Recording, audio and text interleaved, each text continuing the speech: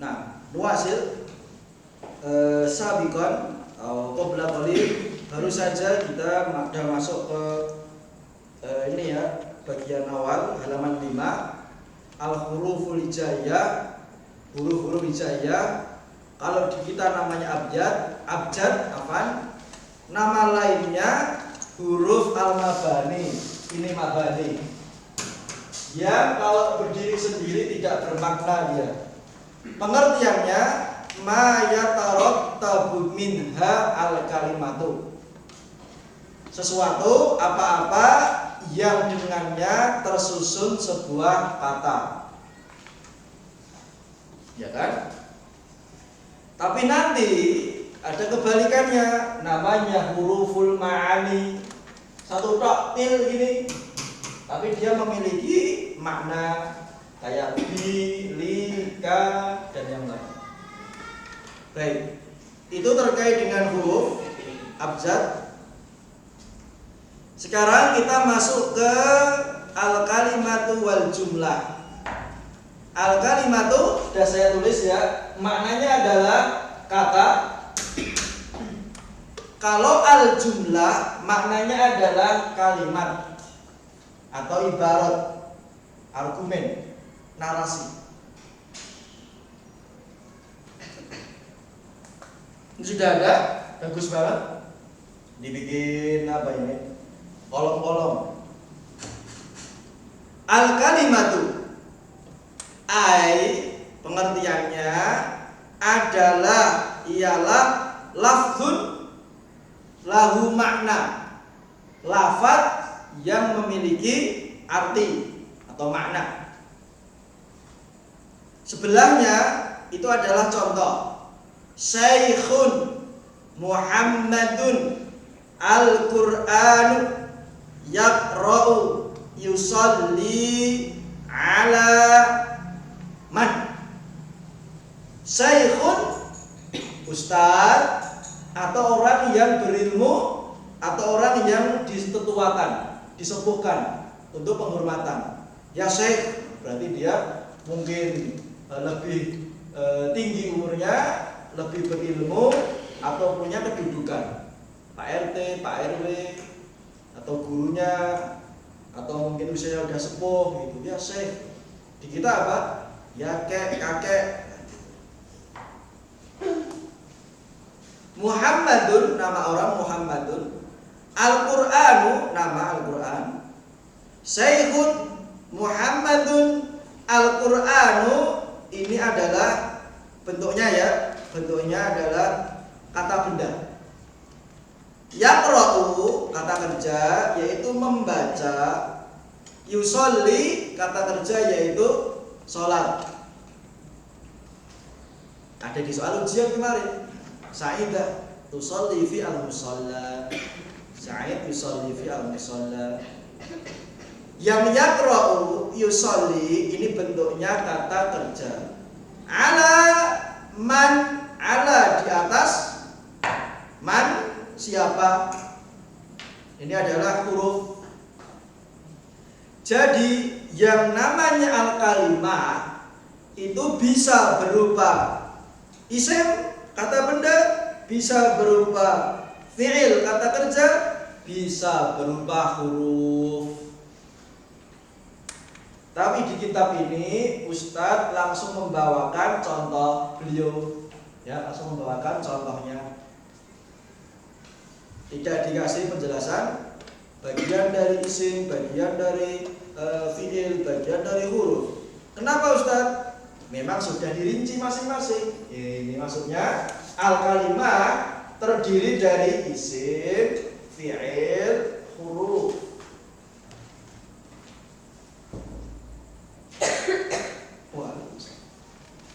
Sekarang berikutnya al-ismu. Al-ismu. Al-ismu. Al-ismu. Ta'rifuhu, definisinya kalimatun dallat ala makna syai'in kata yang menunjukkan makna pada suatu hal atau pada suatu hal atau lafaz kata yang menunjukkan makna tertentu dari suatu hal. Itu aja. Contoh, insanun manusia, hayawanun hewan. Hewan aslinya bahasa Arab. Orang kita ngomong hayawan, ruwet, nggak bisa dia ya wan, nggak mau lah, hewan gitu aja dah. Apa itu hewan? Binatang. Nah, itu lebih cepat. Hayawan. Nabatun, minyak nabati. Oh, yaitu berarti tumbuhan. Jamadun, benda-benda mati. Seperti tembok, batu, kaca, beling. Jamad. Makanun, tempat. Adadun, bilangan. Makna, ini isim masdar, maksudnya ya makna, sesuatu yang memiliki arti. Ismul isyarati, kata tunjuk. Hada, hadihi, tilka, dzalika, hadani, hatani, haula, ulaika. Ismul istifham pernah kita pelajari, yaitu kata tanya. Man, siapa, mada, apa, kaifa, bagaimana, mata, kapan, min aina, dari mana, ayu, dan yang lain. Ismu dhamir, kata ganti. Saya, kami, kamu, anda, kalian, dia, kemudian mereka. Nah, itu. Ismul mausul, kata sambung, atau artinya adalah yang. Alladhi, allati, alladani, allatani, alladzina, allai, wallai ya'isna minal mahidi, dan perempuan-perempuan yang sudah tidak lagi mengalami haid, atau nenek-nenek misalnya. Lai, itu namanya isim mausul. Kemudian Muhammadun, nama. Tabibun, udah paham ya kalian insyaallah. Muslimun, udah paham.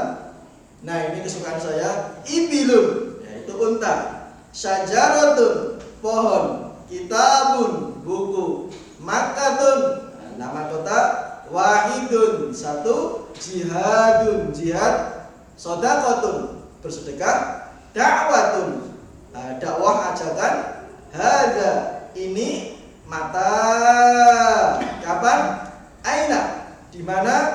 Huwa, dia laki-laki. Alladhi, yang.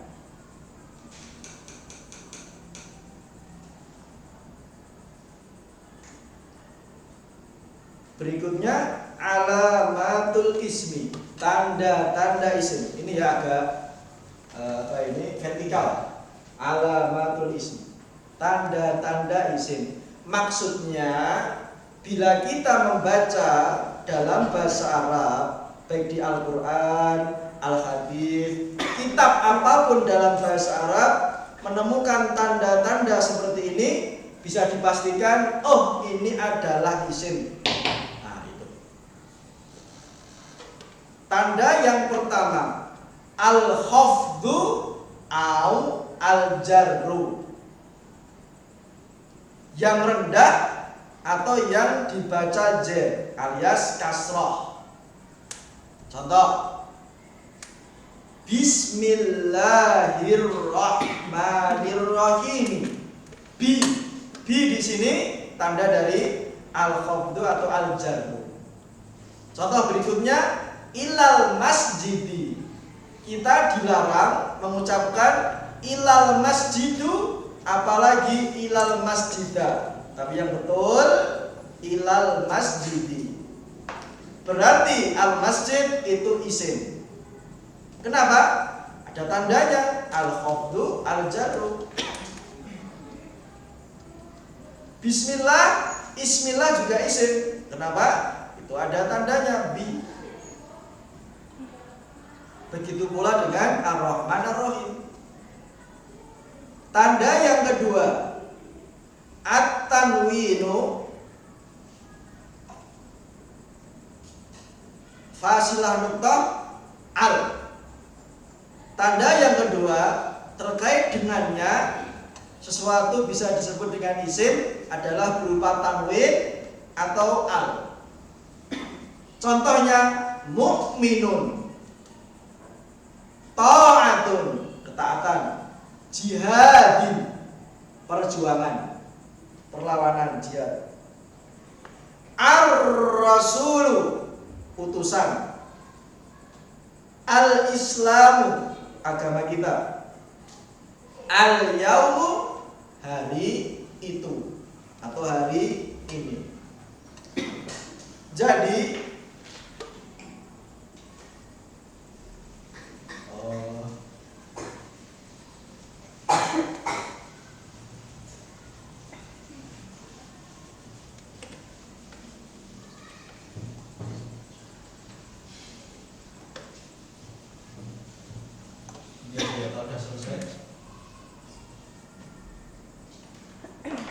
mukminun bacaan un, ta'atun tun, jihadin din, nun tun din itu tanwin. Ar-rasulu ar, al-islamu al, al-yawm al itu juga tanda alif lam. Tanda yang ketiga, an-nida'u, panggilan. Panggilan. Contoh, ya amirul mu'minina, wahai amirul mu'minin, pemimpinnya kaum mukminin.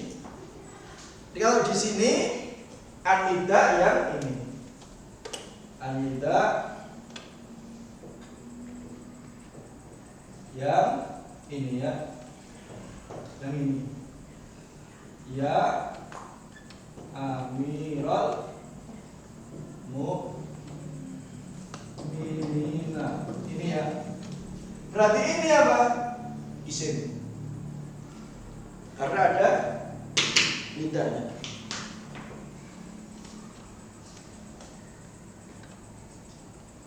Rabi'an, yang keempat, al-isnadu ilaihi.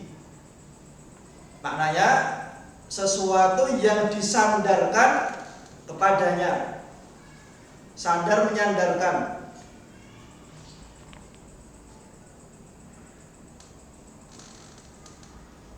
Ibtasamat Zainabu, Zainab telah tersenyum. Nahnu tullabul ma'hadi, kami mahasiswa atau para santri di pondok ini. Nah, ini istilah, kita kasih contoh.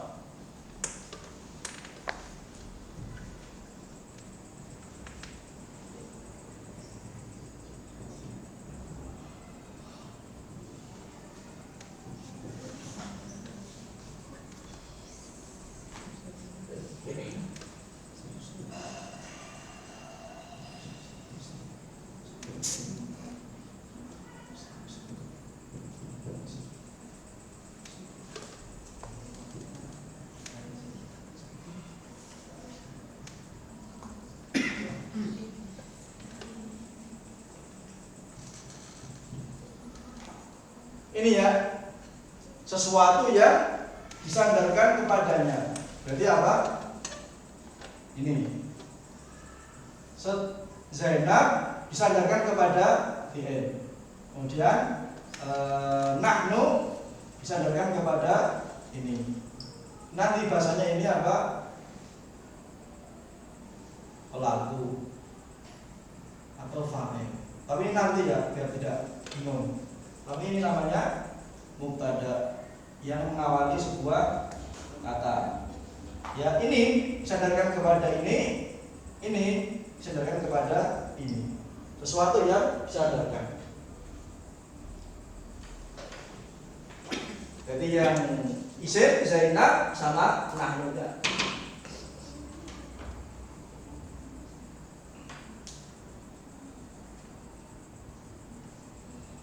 Yang kelima,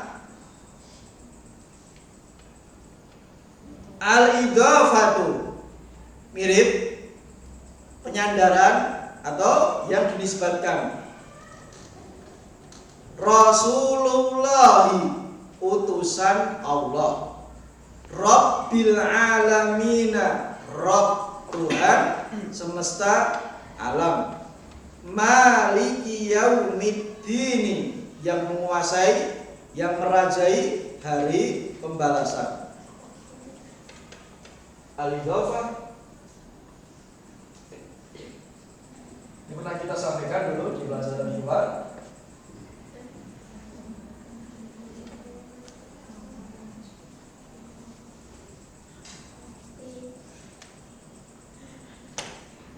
Ini ya, dinisbatkan atau disandarkan kepada kata setelahnya.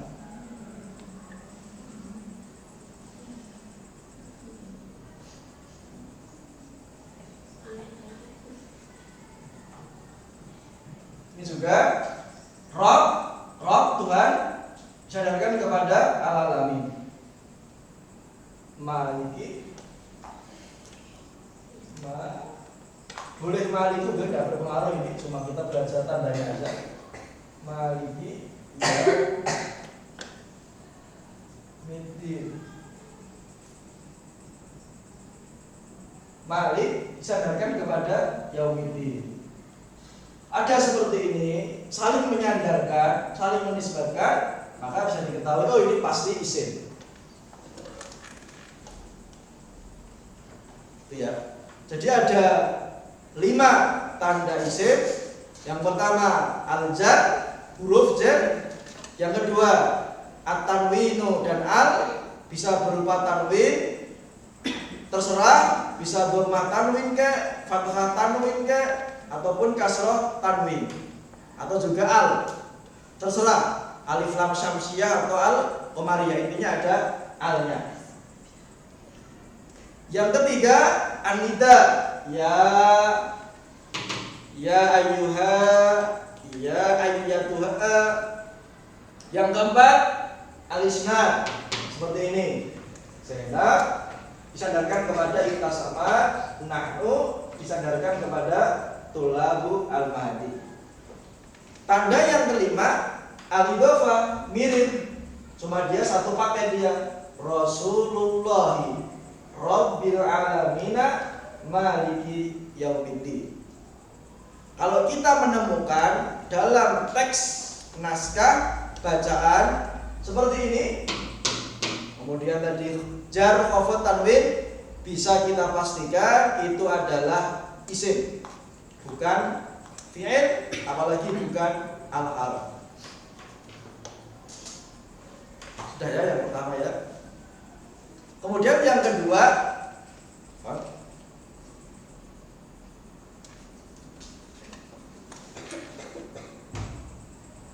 al-fi'lu, kata kerja.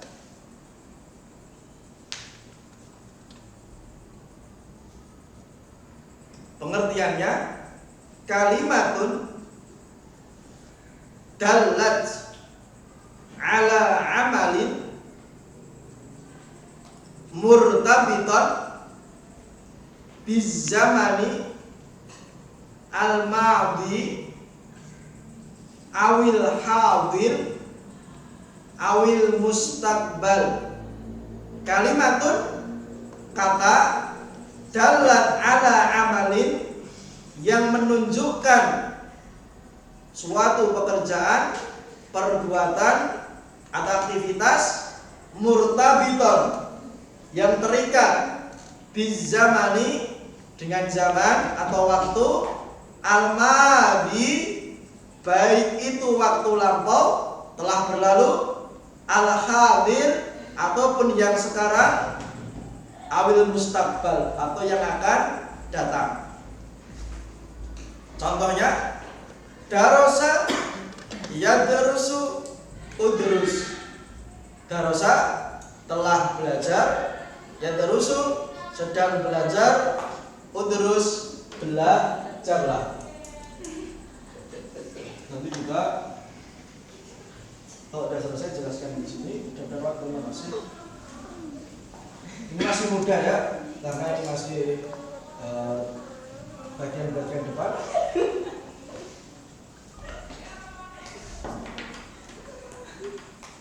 Sekarang masuk ke alamatul fi'li, tanda-tanda dari kata kerja. Yang pertama, qad, maksudnya didahului atau diawali dengan huruf qad. Artinya sungguh. Contoh di sini penerapannya Ustaz. Qad qamatis sholatu, sungguh sholat itu telah didirikan. Jelas berarti karena diawali dengan qad, didahului dengan qad, maka qamat itu termasuk fi'il. Langsung ya, setelah qad pasti kata kerja.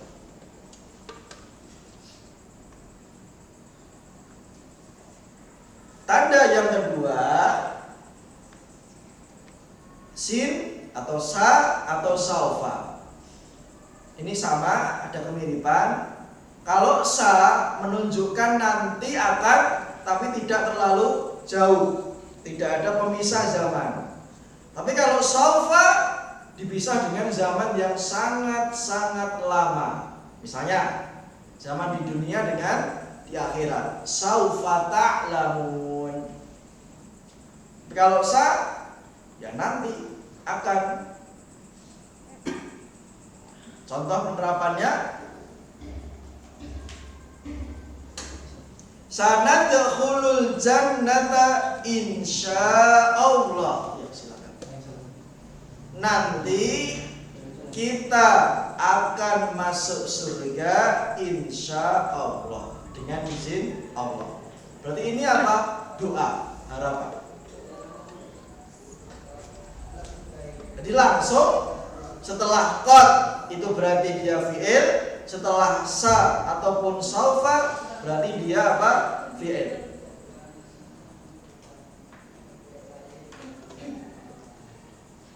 Tanda yang ketiga, ada wujud ta'ul fa'ili. Ini istilah ya, tidak bisa diartikan. Ta'u al-fa'ili. Ta itu tak, fa'il itu pelaku secara bahasa. Contohnya, zahabta, engkau telah pergi. Zahabti, engkau perempuan telah pergi. Zahabtu, aku saya telah pergi. Jadi kalau kita temui dalam teks Arab bentuk lafaz seperti ini,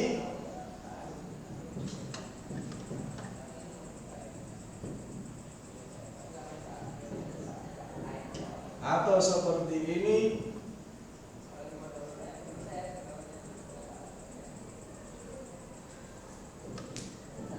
ya ada namanya ini set. Berarti dipastikan ini adalah tanda-tanda dari salah satu tanda fi'il. Ini namanya ta'u al-fa'il. Ta yang menunjukkan pelaku. Zata engkau laki-laki, zati engkau perempuan, tu saya atau aku.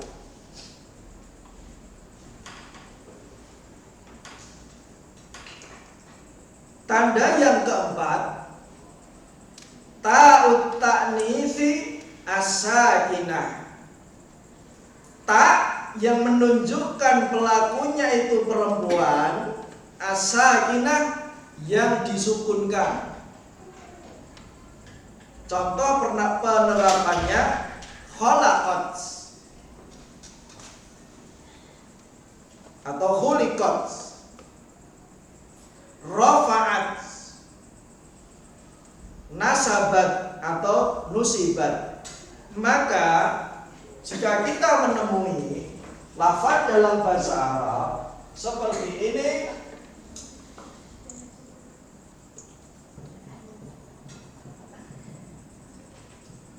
apa tadi? Rafa'at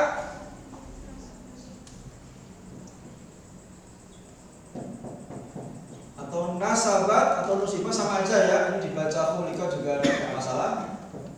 Yang penting kita tahu tandanya dulu. Nasabat. Nah, kita temui tak seperti ini. Namanya ini tak taknis as-sakinah. Se. Ini adalah ta'u at-ta'nif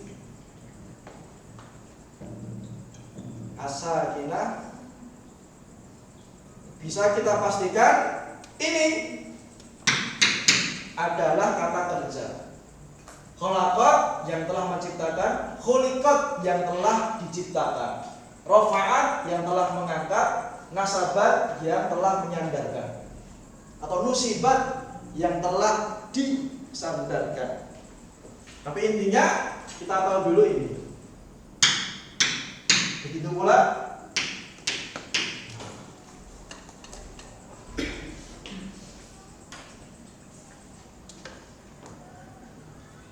tanda yang kelima, istilahnya dalam ilmu qawaid, ya'ul mukhatabati. Ya'u al-mukhatabati, huruf ya yang menunjukkan orang kedua, orang yang diajak bicara. Kalau orang pertama, orang yang berbicara. Kalau orang ketiga, orang yang dibicarakan. Tapi di sini ya yang menunjukkan orang yang diajak bicara. Contoh penerapannya, tadhabina, kamu perempuan sedang pergi. Idhabi, hei kamu perempuan, pergilah. Jadi jika kita temui lafaz dalam bahasa Arab tadhabina,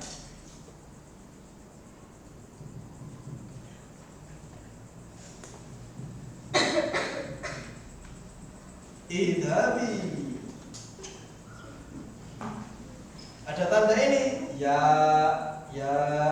set ini namanya ya'u al-mukhatabati, berarti dia adalah fi'il. Sudah?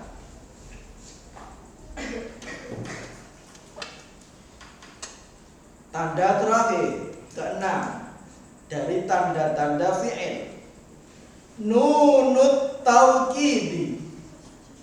Nun yang bermakna menegaskan, menguatkan atau memastikan. Contoh penerapannya, lana'tiyannahum, sungguh kami akan mendatangi mereka, atau sungguh-sungguh pasti kelak kami akan mendatangi mereka. Siapa? Tentaranya Nabi Sulaiman atau pasukannya Ratu Bilqis. Sudah pasti dia. Seperti sumpahnya siapa? Sumpahnya Gajah Mada. Sungguh pasti saya tidak akan pernah makan buah pala ini sebelum menyatukan Nusantara. Filipina, Singapura, Malaysia satukan, jadi deh makan dia. Sumpah pakai la dalam bahasa Arab atau pakai nunut taukid. Atau la'aqtulannak, sungguh-sungguh pasti aku kelak akan membunuhmu, pasti dia. Walaupun tidak sekarang. Ada nun taukidnya. Contoh penerapan berikutnya, idabanna, kamu atau ya kamu benar-benar pergilah. Jangan main-main, jangan pergi nanti balik lagi, saya nggak mau. Idza banna artinya apa dalam bahasa Jawa apa? Paham kan? Ya seperti itu dalam bahasa Jawa. Mangga, tapi dikasih iya. Ketawa. Ya kan? Mangga. Nah itu. Tahu. Baik. Mungkin sampai sini ya al-harfu. Al-harfu saya kasih tanda dulu biar nggak salah. Huwa kalimatun la yufhamu ma'naha illa ma'a ghairiha.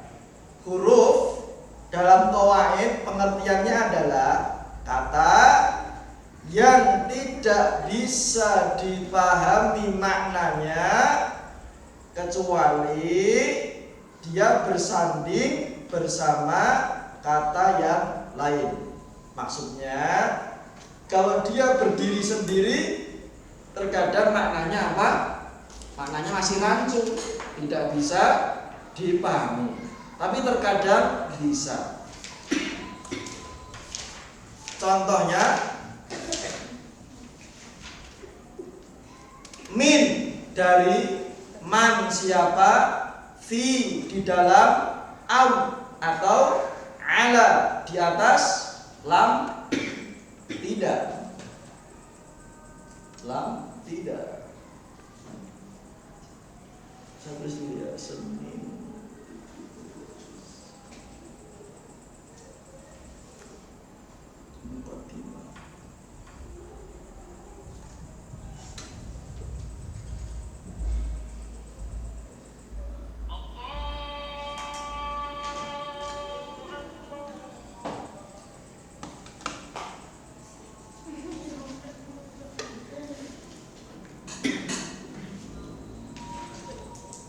Baik, sampai sini dulu ya. Saya insya Allah mungkin besok saya ada terlibat untuk ngajar.